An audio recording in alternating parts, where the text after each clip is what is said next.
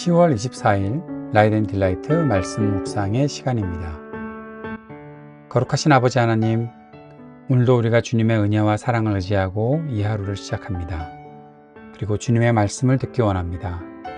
날마다 우리에게 말씀하시는 주님의 음성을 우리 마음에 두게 하시고, 또 그 말씀 속의 뜻을 깨달아 그 말씀의 뜻을 마음에 새기며 그 마음에 새긴 말씀대로 매 순간 살아갈 수 있도록 우리를 성령으로 충만케 하여 주옵소서. 말씀을 들을 때 우리의 귀와 생각과 마음을 활짝 열고 말씀을 깨달을 수 있는 지혜와 말씀대로 살아갈 능력을 구하며 주님께서 우리와 동행해 주심을 그 무엇보다 감사하며 살아가는 이 하루가 되도록 인도해 주옵소서. 예수님 이름으로 기도드립니다. 아멘. 오늘은 시편 128편 말씀을 함께 읽고 묵상하겠습니다. 시편 128편 말씀 세번역 성경으로 읽습니다. 주님을 경외하며 주님의 명에 따라 사는 사람은 그 어느 누구나 복을 받는다. 내 손으로 일한 만큼 내가 먹으니 이것이 복이요 은혜이다. 내 집 안방에 있는 내 아내는 열매를 많이 맺는 포도나무와 같고 내 상에 둘러앉은 내 아이들은 올리브 나무의 묘목과도 같다. 주님을 경외하는 사람은 이와 같이 복을 받는다. 주님께서 시온에서 너에게 복을 내리시기를 빈다. 평생토록 너는 예루살렘이 받은 은총을 보면서 살게 될 것이다. 아들, 딸, 손자, 손녀 보면서 오래오래 살 것이다. 이스라엘의 평화가 깃들기를. 아멘. 오늘 시편 128편도 성전에 올라가는 순례자의 노래입니다. 누가 썼는지에 대해서 나와 있지는 않지만 이 시는 분명히 말하고 있는 것이 하나님을 경외하고 하나님의 명에 따라서 사는 사람은 복을 받고 그 복이 어디에 있는가? 바로 우리의 가정에 있다. 너의 아내, 너의 아이들, 너의 배우자를 통해서 나온 그 아이들을 보면서 하나님께서 우리에게 복을 내리셨다라는 사실을 알고, 그리고 그 가족과 함께 성전에 올라가면서 예루살렘이 은총을 입은 것을 보면서 살게 되고, 또 자식들이 함께 오래오래 건강하게 살아가면서 누리는 그 풍성한 복을 누리며 살게 될 것이다 라는 내용을 기록하고 있는 것입니다. 어제 127편도 우리가 어떤 면에서는 가족과 함께 읽으며 가정의 복을 구하는 그러한 시로 볼 수도 있겠다 이야기를 했지만, 어제 그 127편보다 128편이 훨씬 더 분명하게 가족에 대한 이야기를 하고 있다는 것을 우리는 볼 수 있습니다. 몇 가지만 더 살펴보고 오늘 묵상과 또 적용을 해 보려고 합니다. 꼭 우리가 알아야 되는 새로운 정의들이 있죠. 우리가 주님을 경외한다 했을 때 그 경외를 무엇이라고 생각하십니까? 주님의 명에 따라 산다고 했을 때 그 명은 어떤 것이고 그 명을 어떻게 따른다고 생각하십니까? 또 복은 무엇입니까? 이 부분에 대해서 우리가 명확하게 생각할 수 있어야 이 시를 잘 이해할 뿐만 아니라 우리의 신앙생활에서도 좋은 이해, 올바른 이해를 가지고 우리의 신앙생활을 할 수 있을 것이다. 저는 그렇게 생각합니다. 많은 사람들이 교회 다니고 예수를 믿고 나서 복 받는다, 경외한다, 하나님의 명령에 순종한다 라는 이야기를 수도 없이 들었기 때문에, 그래서 거기에 대해서 이런 것이겠거니 라고 생각하고 지나치는 경우가 참 많지 않나? 저는 그런 생각을 해봅니다. 그래서 다시 지금 우리에게 필요한 것이 redefine, 재정의하는 시간, 그 시간들이 필요하다라는 거죠. 그런 면에서 오늘 세 가지만 꼭 재정의해보고 싶습니다. 경외한다는 것, 주님의 명령에 순종한다는 것, 복을 받는다는 것. 물론 제가 새로운 정의를 한다고 해서 그것이 다다라고 생각하지 않고, 또 제가 말하는 새로운 정의라는 것이 그동안에 그런 생각 안 했었나? 완전히 새로운 것인가?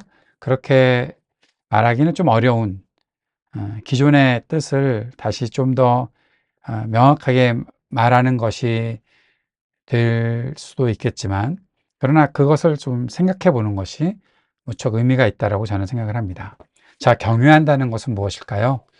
경외한다라는 것은 두려워한다라는 뜻도 있고, 또 뭐 하나님 앞에서 내가 어떠한 마음가짐으로 살아야 하는가에 대한 부분이라고 생각을 하는데, 보통 우리가 하나님을 두려워하면 하나님에게서 멀리 떨어지고 숨으려 하는 경우가 참 많거든요. 하나님을 경외한다는 것은 분명히 그것은 아닌데, 그러면 어떻게 두려워하는가? 하나님을 두려워해서 어떻게 해야 되는가? 하나님을 두려워한다는 것은, 하나님을 경외한다는 것은 먼저 하나님을 인정하는 것이어야 합니다. 하나님의 높으심, 하나님의 크심, 하나님의 위대하심, 하나님의 능력, 하나님의 사랑, 이 모든 것을 온전히 인정해야 한다는 것이죠. 그렇기 때문에 하나님을 두려워하는 겁니다. 완벽하신, 완전하신 하나님 앞에 이렇게 부족하고 약한 내가, 또 죄인인 내가 설 수 있을까? 그게 안 되는구나. 하나님의 그 영광의 빛 앞에서 나는 정말 아무것도 아닌, 내가 그 안에서 드러나면 나는 죽겠구나 라는 그런 생각을 가지고 주님을 두려워할 수밖에 없다는 거죠. 그러나 하나님은 그 영광과 그 능력을 우리에게 나타내시면서 우리를 그 안으로 초대하고 계시다라는 거죠. 그 초대를 받을 때 우리가 내가 무슨 자격이 있어서가 아니라 하나님의 그 영광이 나를 사랑해 주시는 그 사랑으로 왔기 때문에 하나님 앞에 참 두렵고 떨리지만 그 앞으로 나아가는 것. 그래서 겸손히 하나님을 인정해 드리고 하나님 앞에 더 가까이 나아가는 것.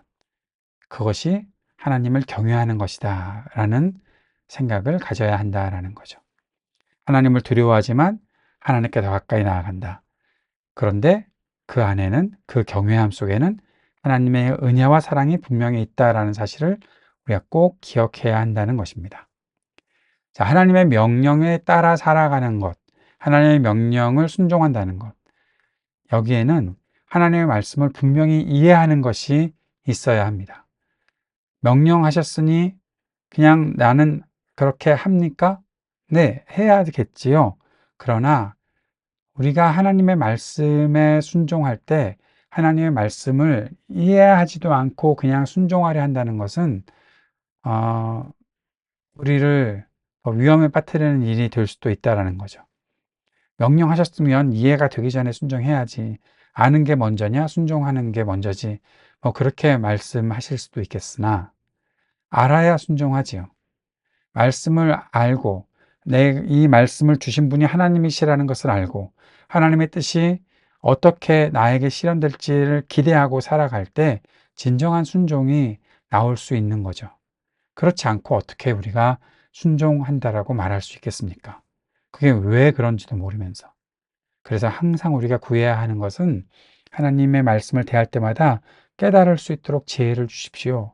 하나님의 지혜를 내가 받아서 하나님의 명령을 그대로 따라 살 수 있게 도와주십시오 라고 간구하는 것입니다. 복을 받는다는 것은 무엇입니까? 복을 받는다는 것은 내가 누구보다 더 많은 것을 갖게 되었다가 아니라 하나님께서 주신 것을 받았다라는 것이 복입니다. 자, 오늘 그 복을 2절에서 아주 자세하게 친절하게 설명하고 있는데, 내 손으로 일한 만큼 내가 먹으니 이것이 복이요 은혜이다. 내가 손으로 일해서 수고해서 얻어낸 것이 결국 내가 복을 받은 것이다. 내가 누구보다 많이 가졌다를 복이라고 말하지 않았습니다. 내 손으로 일한 만큼 먹은 것을 가지고 복이라고 말하고 있습니다. 이것은 어떤 것이 또 하나 연결될까요? 그만큼 내가 일해야 하는, 내가 책임을 가지고 해내야 하는 일이 있다라는 것. 다시 말하면 복을 받은 사람은 그 복과 함께 늘 행해야 하는 책임이 있다라는 것. 그것을 말하고 있는 겁니다. 그 안에서 보니까 결국 내가 남보다 많이 갖고 누구보다 더 빛난다, 내가 더 많은 것을 누리고 있다라는 것이 아니라 너의 집 안방에 있는 너의 아내는 열매를 많이 맺는 포도나무와 같다. 그러니까 복된 거 아니냐.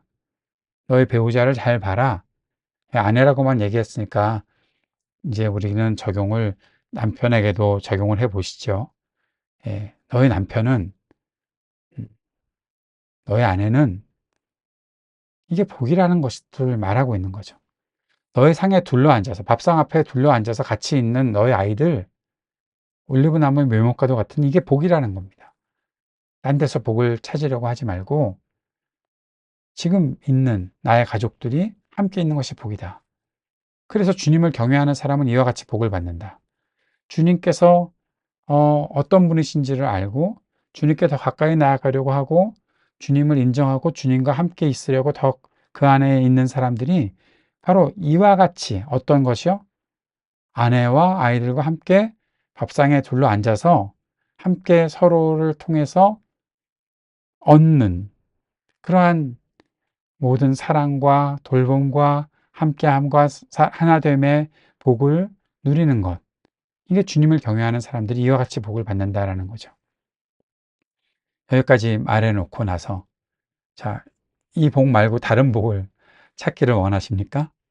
아니죠. 이 복이 하나님께서 주시는 참된 복이라고 말하는 거예요.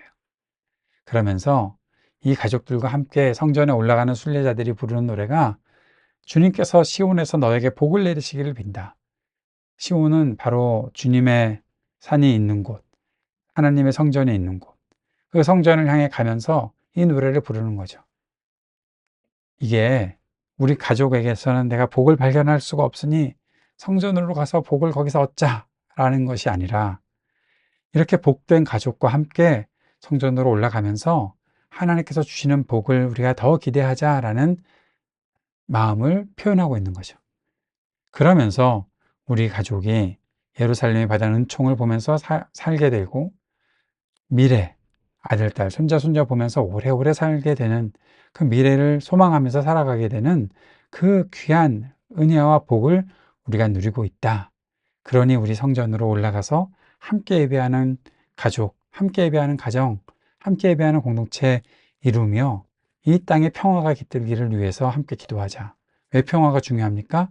가족이 전쟁을 만나면 다 흩어지게 되고 다 고통받게 되니까 전쟁이 아닌 평화가 이 땅에 오래도록 지속되도록 하자라는 그러한 노래를 하고 있는 것이죠. 노래가 굉장히 심오하지 않습니까?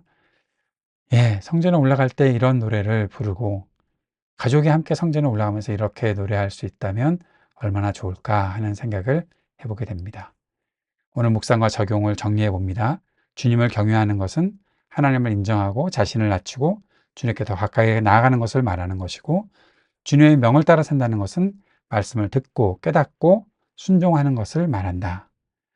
복을 받는다는 것은 하나님께서 주신 것을 받고 누리며 주신 것들의 의미를 알고 사는 것인데 상대적으로 누군가보다 더 나은 삶을 사는 것이 아니라 주신 것에 감사하며 사는 것이 복을 받는 것이다.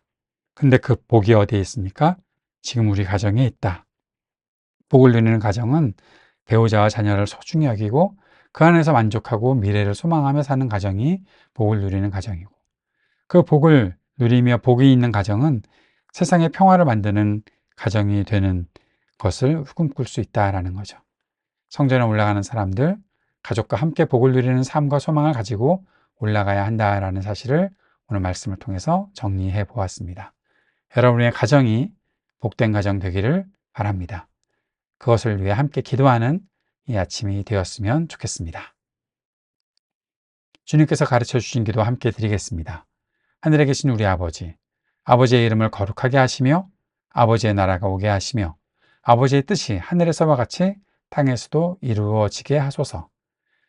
오늘 우리에게 일용할 양식을 주시고 우리가 우리에게 잘못한 사람을 용서하여 준 것 같이 우리 죄를 용서하여 주시고 우리를 시험에 빠지지 않게 하시고 악에서 구하소서.